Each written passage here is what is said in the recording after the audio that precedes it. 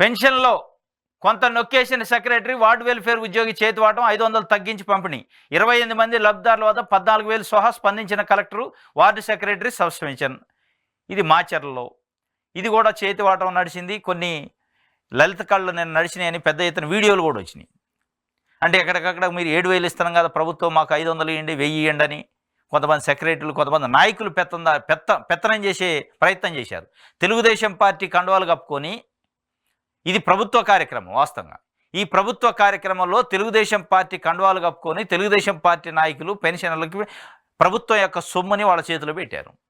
ఏంది దీని అర్థం అంటే, చంద్రబాబు నాయుడు గారు ఒకవైపు పేదల ఇంటికి వెళ్ళినా నేను ఎక్కువజామున వెళ్ళి పేదలకి పంపిణీ చేసిన అని ఒకవైపు చెబుతూనే వాళ్ళ పార్టీకి సంబంధించిన రాష్ట్ర వ్యాప్తంగా కేడర్కి ఒక సూచనలు చేసి మీరు వెళ్ళి మేము ప్రభుత్వం నుంచి పంపిణీ చేస్తున్న 7,000 రూపాయల సొమ్ముని ప్రతి ఇంటికి వెళ్ళి మీరు పంపిణీ చేసినట్టు మీ ఖాతాలో వేసుకోండి, మీ చేతిలో పెట్టుకోండి, ఈ పెన్షన్ల పంపిణీ చేసే వ్యవస్థని పార్టీ కేడర్ చేతిలో పెట్టుకోండి, భవిష్యత్తులో మనకి పార్టీకి అనుకూలంగా ఉంటారంటే ఉంచుతారు, లేదంటే కత్తిరించే కార్యక్రమాన్ని ఆ కత్తెర అనేది తెలుగుదేశం పార్టీ కార్యకర్తల నాయకుల చేతిలో పెట్టిండు. పెన్షన్లు కట్ చేసే కార్యక్రమం కానీ పెన్షన్లు కొత్తగా ఇచ్చే కార్యక్రమం కానీ పెట్టినట్టు ఒక రకంగా ఇది పెత్తందారీ వ్యవస్థని పెన్షన్ల పంపిణీలో తీసుకొచ్చినట్టు. వాస్తవంగా ఏముంది, 2,66,000 మంది గ్రామ సచివాలయ ఉద్యోగులుగా గ్రామ సచివాలయ ఉద్యోగులు 1,34,000 మంది నియామకం చేసిన జగన్మోహన్ రెడ్డి.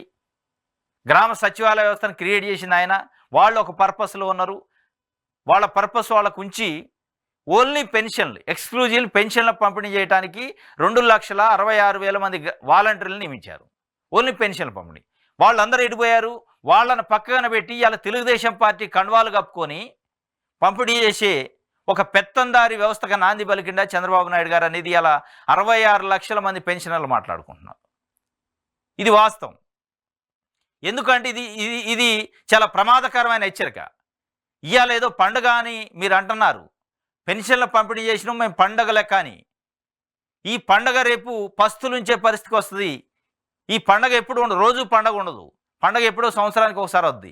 మిగతా నెలలో పస్తులు ఉండే పరిస్థితి మీ తెలుగుదేశం పార్టీ కేడర్ తీసుకుంటుంది. నాయకులు ఆ పరిస్థితి ఎత్తరు. వాళ్ళకు అనుకూలంగా లేకపోతే వాళ్ళకి సంబంధించిన ఇంట్లో గతంలో 2014 నుంచి 19 మధ్య కాలంలో జన్మభూమి కమిటీలను పెట్టి జన్మభూమి కమిటీలలో ఉన్న కమిటీ లీడర్సు వాళ్ళకు అనుకూలంగా లేకపోతేనో వాళ్ళ చేలల్లోనో వాళ్ళ శిలకల్లో పని చేయకపోతే పెన్షన్లు కట్ చేసిన చరిత్ర ఉంది.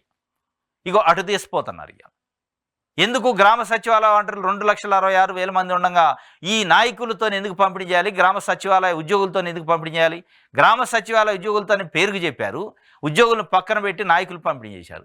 ఈ నాయకులు పంపిణీ చేయటం వ్యవస్థ స్టార్ట్ అయితే మొత్తం మింగిన ఆశ్చర్యం లేదు. ఆ నాయకుల మీద కంప్లైంట్ ఎవరు చేయాలి, ఎవరికి చేయాలి? ఆ కంప్లైంట్ చేసి ఆ ఊర్లో ఉండనిస్తారా? అదే ఒక ఉద్యోగి వాలంటరీ అయితే ఏదైనా తప్పు చేస్తే ఒక 500 అడిగినా 1000 అడిగినా లేదా ఏదైనా అవినీతి చేస్తే పై అధికారులు కంప్లీట్ చేసే ఒక మెకానిజం వ్యవస్థ ఉంటుంది. కానీ ఇవాళ మీరు ఏంది, మీ నాయకులతో పంపిణీ చేసే కార్యక్రమాన్ని కండువాలు కప్పుకొని తెలుగుదేశం పార్టీ డబ్బులు ఇస్తున్నట్టు కలరింగ్ ఇచ్చే ప్రయత్నం చేశారు. ఇది అత్యంత ప్రమాదం. ఒక రకంగా తిరోగమనం వైపు తీసిపోతున్నట్టు ప్రభుత్వ యంత్రాంగము ప్రభుత్వ అధికారుల కనుసరణలో పంపిణీ చేస్తే ఏదైనా తప్పు జరిగితే ఆ ప్రభుత్వ అధికారి పైన కంప్లైంట్ చేసే ధైర్యం, ఆ సాహసం ఆ లబ్ధిదారులు చేస్తారు.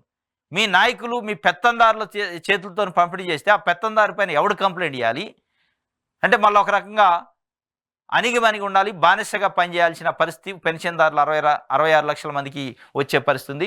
దాంట్లో భాగం ఇది. ఈ పెత్తందారుల పంపిణీలోనే ఈ దందా మొదలైంది. మరి ఈ సెక్రటరీకి ఎవరైనా నాయకుడు ఆదేశించిండా మనిషికి ఒక 500 తీసి పక్కన పెట్టు మాకు ఇవ్వాలని? లేదా సెక్రటరీ స్వయంగా ఆయనే ఏమన్నా దుర్బుద్ధి పుట్టిందా? మొత్తానికి అయితే ఇగో సెక్రటరీని వాళ్ళు చేశారు. ఎందుకంటే ఇగో ఇట్లాంటివి జరిగినప్పుడు ఏమైంది, అధికారి ఉంటే అధికారిని చర్య తీసుకోవడానికి ఉంటుంది. ఇదే సెక్రటరీ ఫలానా నాయకుడు చెప్పిండు అందుకే నేను వసూలు చేసిన అని చెప్పే ధైర్యం ఉండదు, దమ్ము ఉండదు.